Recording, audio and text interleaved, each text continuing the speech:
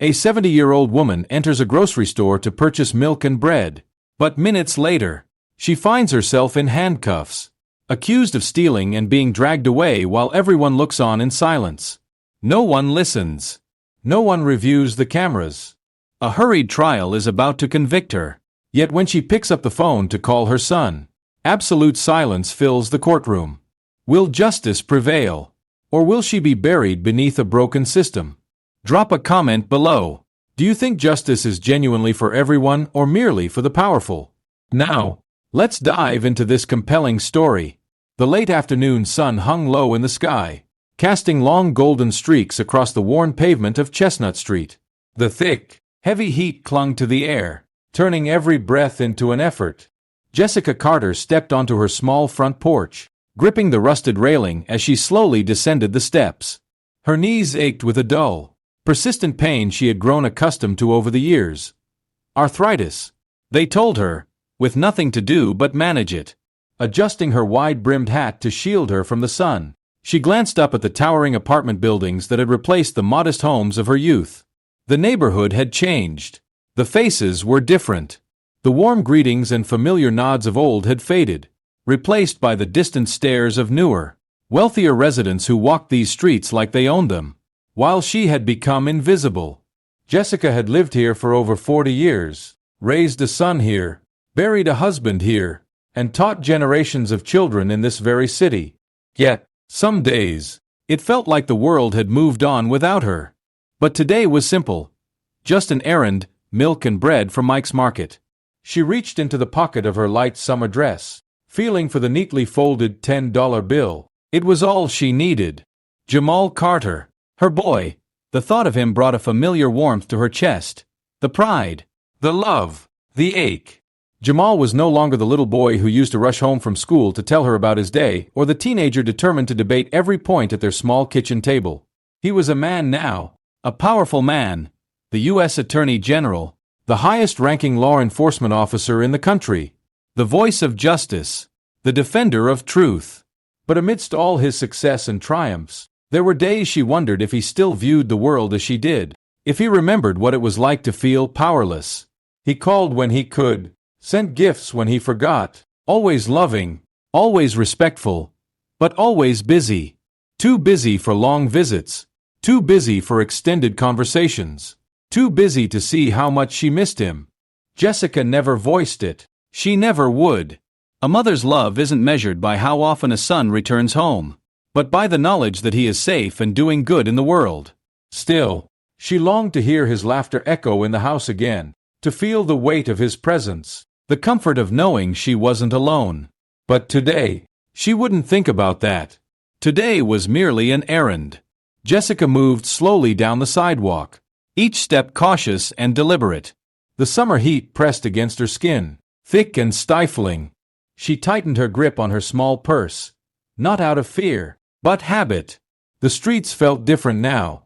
There were more glass storefronts, more modern cafes filled with younger, wealthier residents, people sipping their overpriced lattes who looked past her as if she were part of the landscape. Just another relic of a past they were eager to erase. She sighed, shaking the thought away.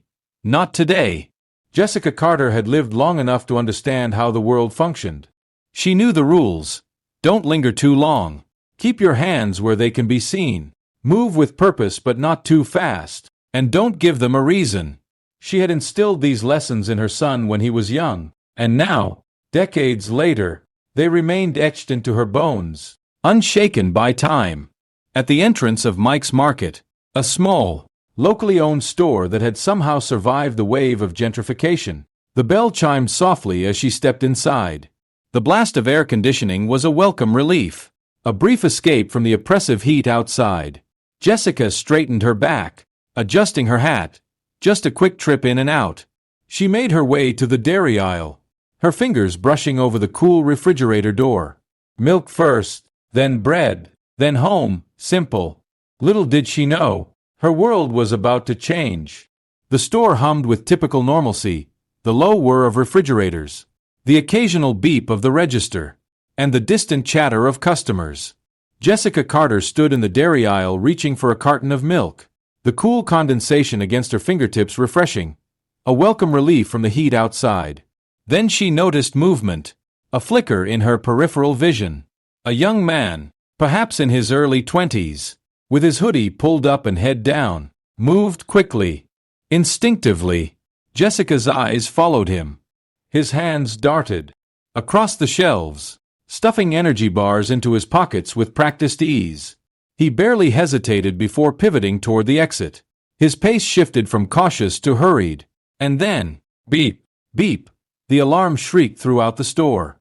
The sound broke the air like a whip. Jessica turned as the thief lunged for the door, shoving it open with his shoulder, and vanished into the busy street. The electronic chime of the entrance continued to ring as his shadow disappeared. For a moment, there was silence, then, "Hey, stop right there." A deep, commanding voice sliced through the tension like a blade. Jessica flinched and turned her head, expecting to see someone chasing after the thief, but no one was running. The young man was gone, and yet a man in a navy polo was striding toward her, tall and broad-shouldered, a clipped badge glinting on his belt, an off-duty cop. His eyes locked firmly onto hers, sharp and unwavering. Jessica's stomach twisted. Something was wrong. "You." The officer's voice was cold, firm. Jessica's lips parted. "What?" "Hands where I can see them." A hard lump formed in her throat. I don't understand." The officer closed the distance between them in 3 long strides. Before she could react, his hand clamped around her frail arm. Strong, unyielding.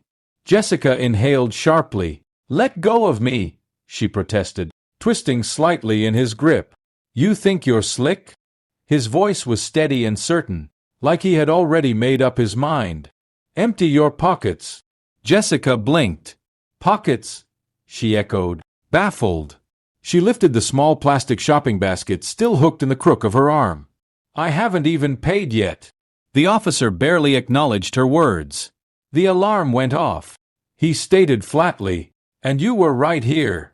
Jessica's pulse pounded in her ears.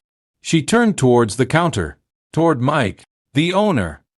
"Mike," she called, her voice tight with urgency. "Tell him you saw. I didn't take anything." Mike stood behind the register, frozen, his eyes darting between Jessica and the officer. For a second, a flicker of hesitation crossed his face. He knew he had seen it.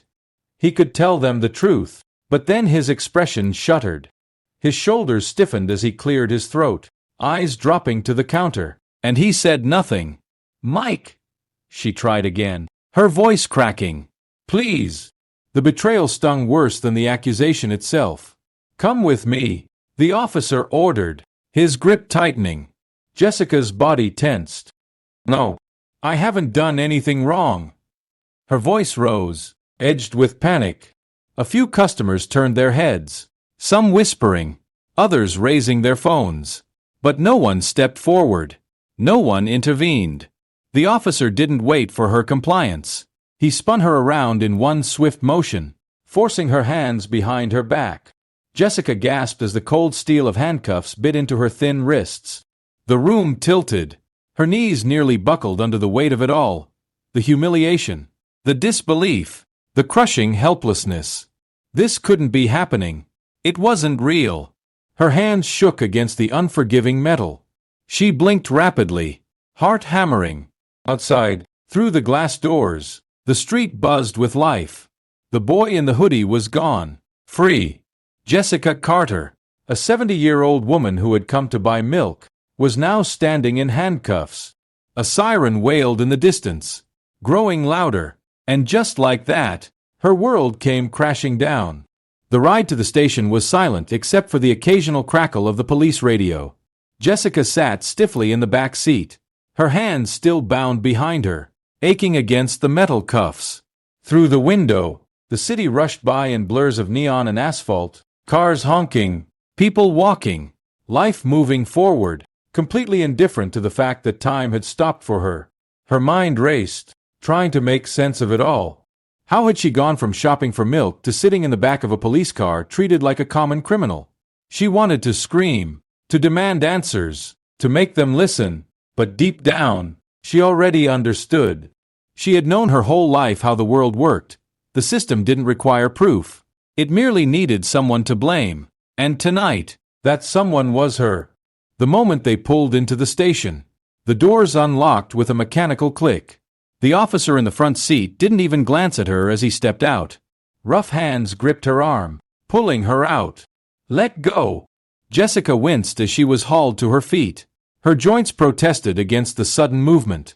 Inside the station, it was bright, too bright. The fluorescent lights overhead buzzed faintly, casting harsh shadows across the scuffed linoleum floor. The air smelled of stale coffee, sweat, and old paper. A wall of desks, officers, and ringing phones stretched before her. It was chaotic, busy, yet no one seemed to care about the elderly woman being led inside in handcuffs. No one even looked up. Just another arrest. Just another case number. Jessica opened her mouth.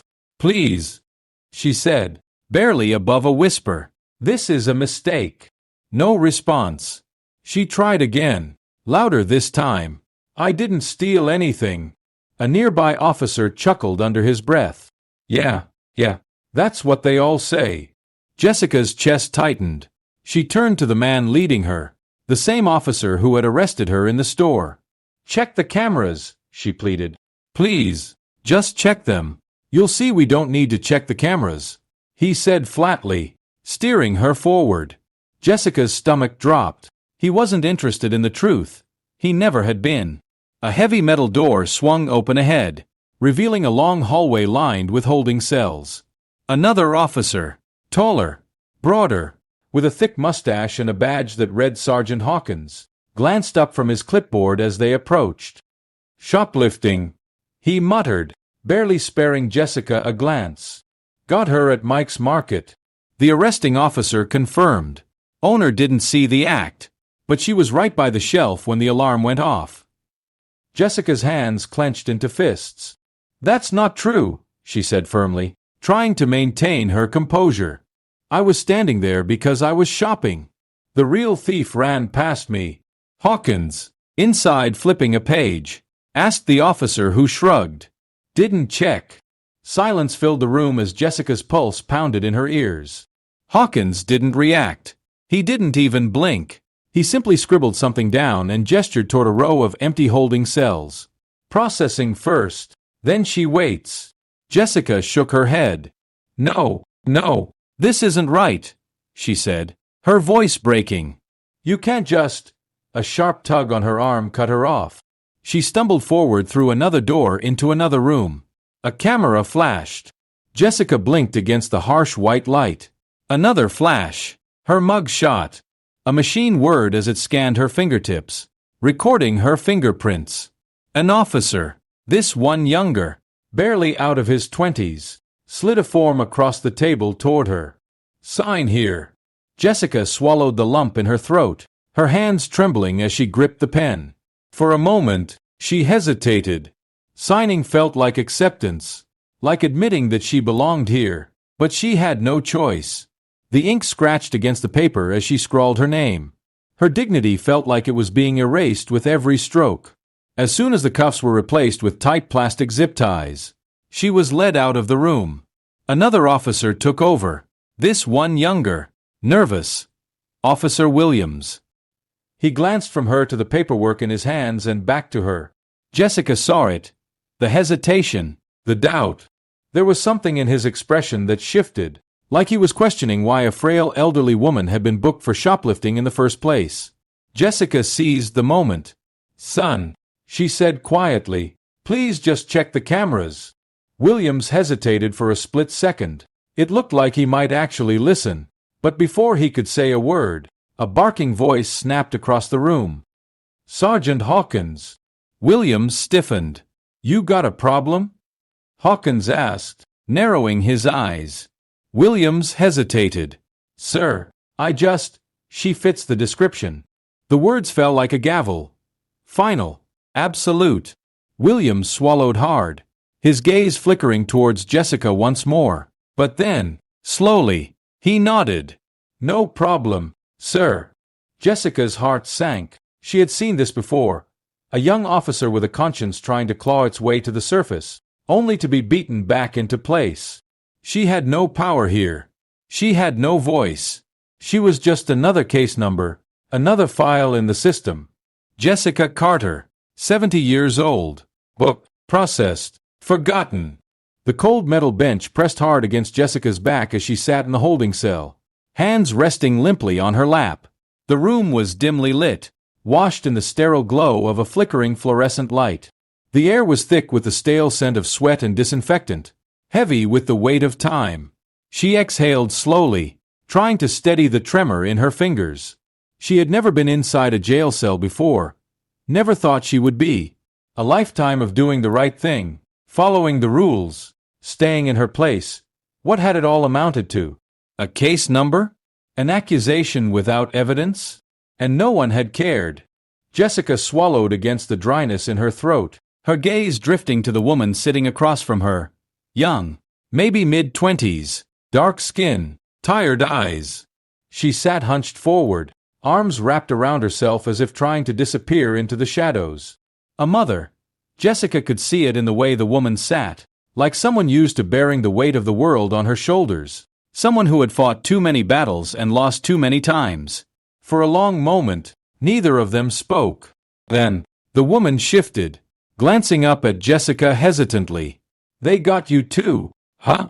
Her voice was quiet, edged with exhaustion. Jessica offered a faint, bitter smile. Seems that way. The woman nodded, exhaling through her nose. She looked down at her hands, fidgeting with the frayed cuffs of her sweatshirt. Why are you here? Jessica asked gently. The woman scoffed, shaking her head. I took a granola bar, she said, her voice laced with disbelief. For my little girl. She was hungry. I didn't have enough cash, and I thought. She trailed off, biting her lip. Jessica's chest ached. A granola bar. She thought about the young man in the store stuffing handfuls of food into his hoodie and sprinting out the door, free, while here sat a mother locked up for trying to feed her child. Jessica shook her head slowly. It's not right, she murmured. The woman let out a dry, humorless laugh. Right? She echoed. Right? Doesn't matter in places like this. Jessica fell silent, knowing she had spent her whole life believing that if you did what was right, followed the rules, and were patient and kind, the world would return that kindness. But sitting here in this cold, unforgiving room, surrounded by the weight of injustice, she wasn't sure she believed that anymore. The woman exhaled sharply, rubbing her face with her hands. My baby's with my sister, she said, more to herself than to Jessica. I don't know how long they'll keep me here. I don't even know if I'll be able to fight it. Jessica felt something shift within her, a quiet anger, a slow simmering fury, not just for herself, but for the woman in front of her, for all the women who had sat in this very cell before them, for all the ones who never made it out. She reached across the empty space between them, gently placing her hand over the younger woman's. You will, Jessica said softly, firmly. You will fight it. The woman looked at her, something flickering behind her tired eyes, hope or maybe just a faint memory of it. A heavy silence settled between them as Jessica leaned back against the wall, staring at the ceiling, listening to the quiet hum of the lights above. For the first time that night, she wasn't thinking about herself. She was thinking about her son and whether she had the strength to call him. The door to the holding cell creaked open, and a uniformed officer stood in the doorway, clipboard in hand, expression blank and detached. Just another routine night for him. Carter, he called. Jessica sat up straighter, her back stiff from the cold bench. She felt the young woman beside her stir but didn't look away from the officer as he gestured with his chin. You get one call. For a split second, relief flickered through her. Jamal, her son, her boy, he could fix this. He had the power, the authority. One call and this entire nightmare would vanish like smoke in the wind. Her mind raced ahead, playing out the scenario. Jamal answering on the first ring, his voice groggy but alert. Mama, what's wrong? His sharp intake of breath as she explained, the silence on the other end as he processed it, and then the quiet storm in his voice. I'll handle it.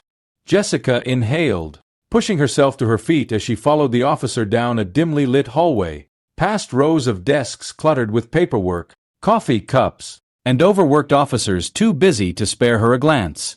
A phone sat on a metal counter, old and scratched, the cord frayed from years of use.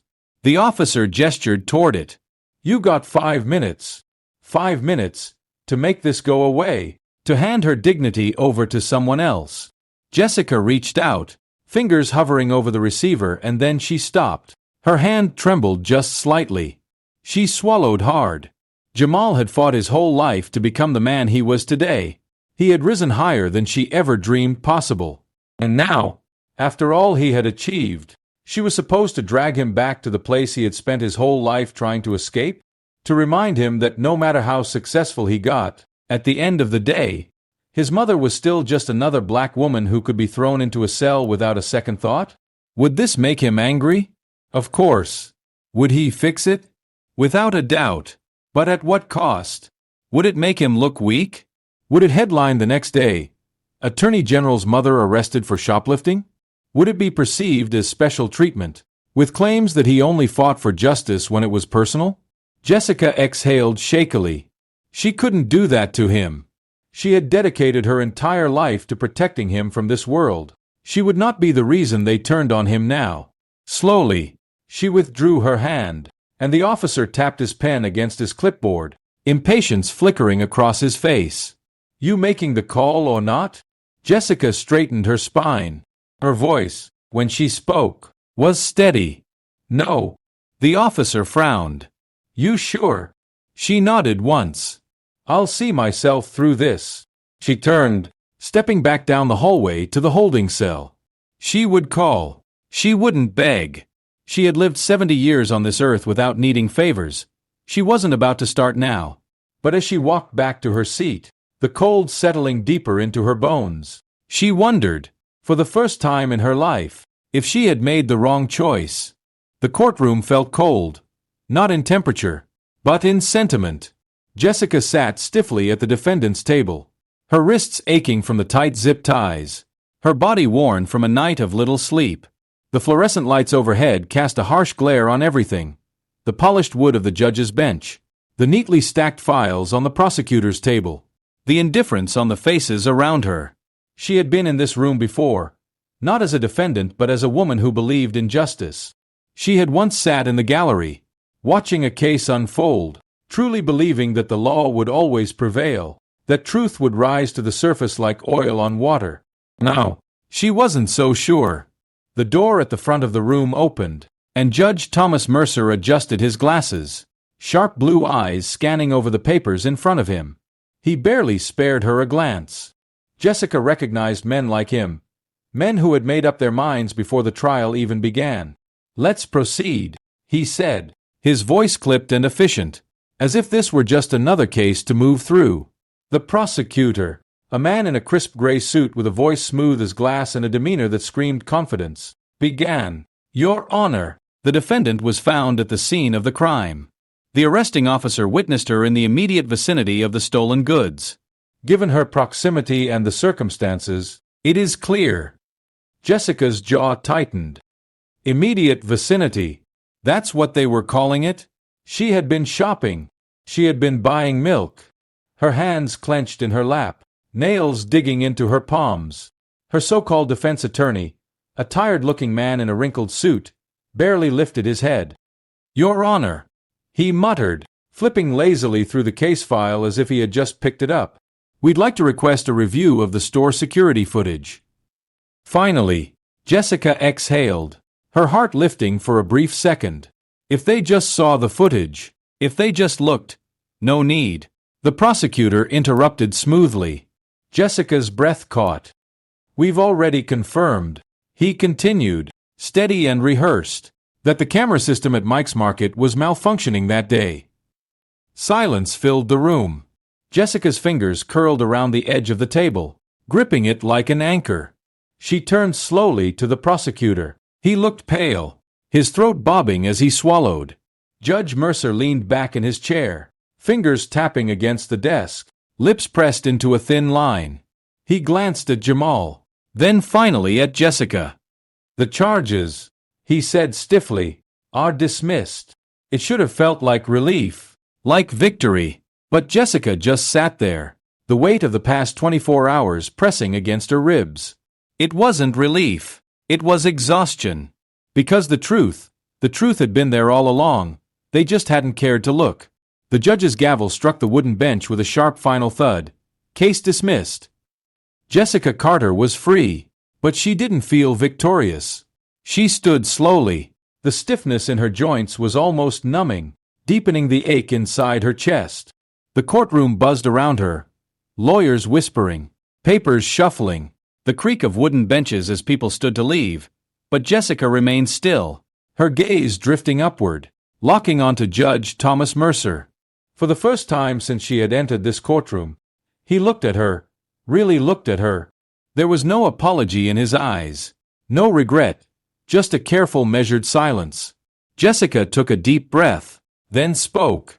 Her voice was quiet, not angry or loud, but it cut through the air like a blade. "If I didn't have a powerful son, would justice have stood by me today?" The words hung there, heavy and suffocating. No one answered because they all knew the truth. Jessica held his gaze a moment longer, then turned and walked toward the courtroom doors, her step slow and deliberate. She was free, but this wasn't justice. This was a favor, and favors were not the same as fairness. By the time Jessica stepped outside, the world was already moving. Reporters, cameras flashing, lights, a whirlwind of microphones shoved in her direction. "Miss Carter, how do you feel about your case being dismissed? Were you targeted because of your race? Mr. Carter, how do you respond to the accusations against this court?" Jamal moved in front of her, his broad frame blocking the swarm of reporters. "No comments," he said firmly, guiding his mother toward a waiting car. But the storm had already begun.